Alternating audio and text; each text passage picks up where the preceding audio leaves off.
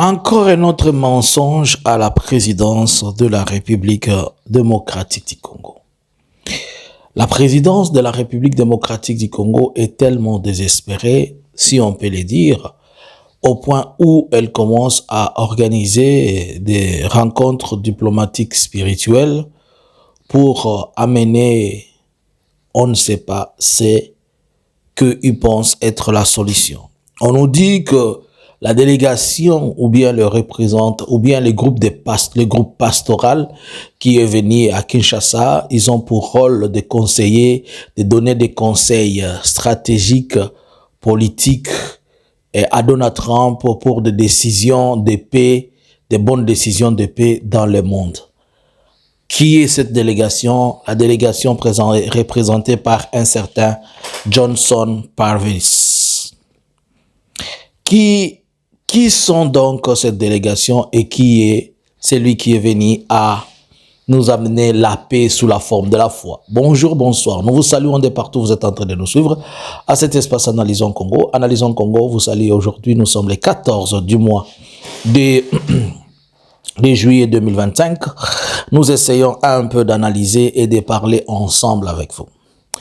Abonnez-vous, partagez, restez connectés avec nous. C'est grâce à vous que nous sommes en train de rendre cette communauté grande. Alors, nous avons été surpris hier lorsque, à la présidence de la République démocratique du Congo, nous avons vu une délégation composée de certains, on a dit, des pasteurs américains, dont on dit qu'ils sont, c'est la maison de la foi de la Maison Blanche, les délégations de la Maison de la foi attachées à la Maison Blanche, qui sont venus à Kinshasa depuis les 10. Et pour cela, et pour ce faire, ils sont partis voir le président, comme dans les cadres d'accompagnement du processus de paix ou bien d'accompagnement, d'acclamation de la signature d'accord de paix, de l'accord mondial, de l'accord définitif de fin de toute la guerre en République démocratique du Congo. C'est comme ça qu'on a essayé de chanter à la gloire de ce qui s'est passé. Alors, nous avons essayé de comprendre qu'est-ce qui s'est passé réellement. On nous dit que le monsieur, c'est un directeur de soi-disant maison de foi à la présidence. D'emblée, il n'est pas le directeur et il n'est pas aussi dans le directoire ou bien dans la direction de cette organisation. Je vous explique. La maison de la foi la maison de la foi de la Maison Blanche, c'est quoi? Cette maison de la foi attachée à la Maison Blanche, c'est une organisation qui a été mise en place par Donald Trump depuis février 2027 et 25. C'était précisément, si on peut avoir les dates, le 7 février 2025. Cette organisation, elle est conduite par la célèbre prédicatrice que vous connaissez, et si vous ne la connaissez pas, elle s'appelle Paola White.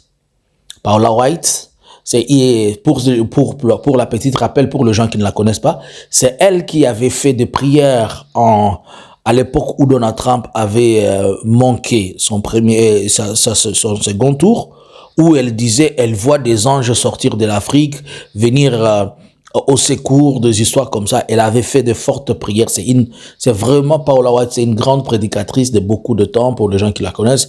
Elle prêche beaucoup et elle fait c'est vraiment une intercesseuse, si je peux le dire comme ça. Alors, cette organisation-là, elle a dans son directoire ou bien dans son bureau, elle est composée de 3 personnes. Et la première personne, c'est ce que je venais de vous dire, c'est Madame Paola White, qui est la directrice. Donc, la directrice de la maison de la foi, la Maison Blanche, c'est une femme. Son adjointe, elle s'appelle Jennifer Scott, c'est son assistante ou bien adjointe, comme on appelle le deputy en anglais. Et ensuite, il est secondé par Jackson Lane. Jackson Lane, si j'ai bien prononcé le nom, c'est l'assistant spécial. Alors, tous ces 3, dans ces bureaux-là, ils ont pour cette organisation, elle a pour objectif, ou bien elle a pour ambition, ou dans ses objectifs, c'est-à-dire dans son travail quotidien. 1. c'est renforcer la liberté, premièrement. Elle a pour objectif de renforcer la liberté religieuse. C'est dans ces cadres-là, avec la Maison Blanche, renforcer la liberté religieuse de tout le monde. 2, les soutiens des organisations et confessions religieuses. 3,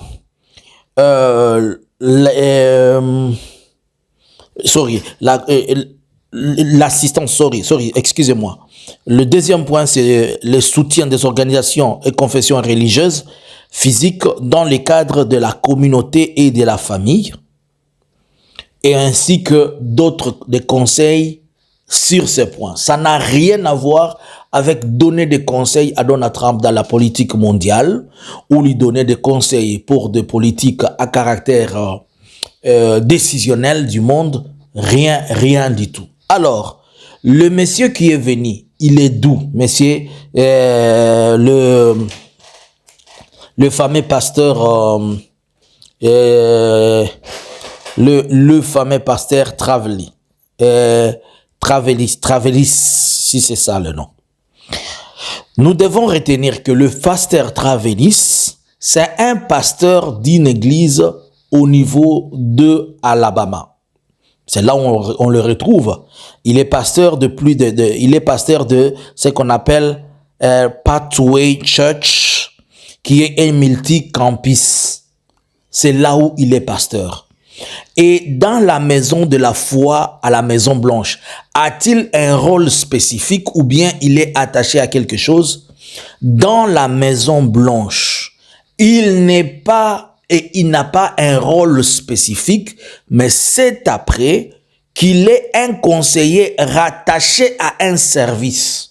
C'est-à-dire, il est attaché, il est connecté à la maison de la foi au travers une cellule de conseil.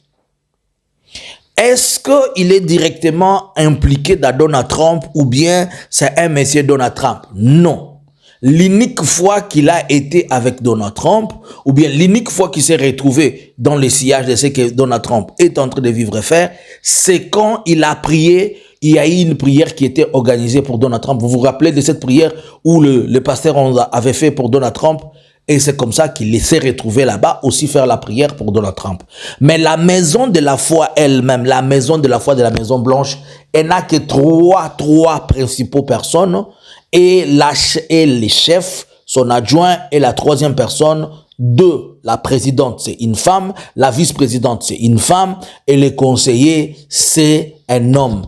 Cependant, Monsieur Parveli Johnson, machin, il est connecté dans un organe de conseil éloigné.